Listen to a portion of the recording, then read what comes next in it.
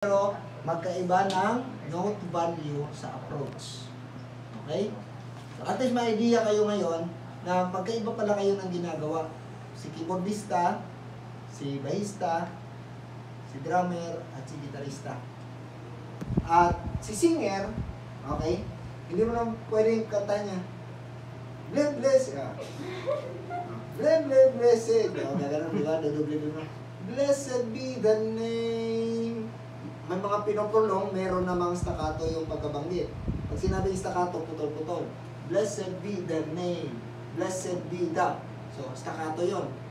Blessed be the. Pero yung name, prolong. Blessed be the name. So, yun yung, blessed be the name.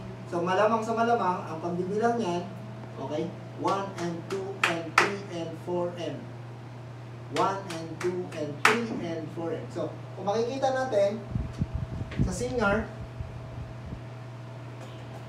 okay, gumamit ka ng note value na 8 note. Okay.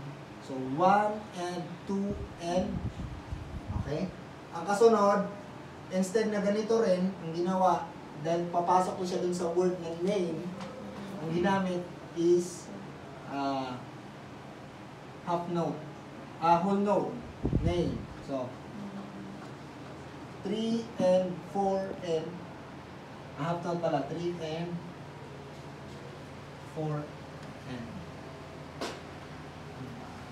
tama, 3, 4. So, blessed be the name. Actually,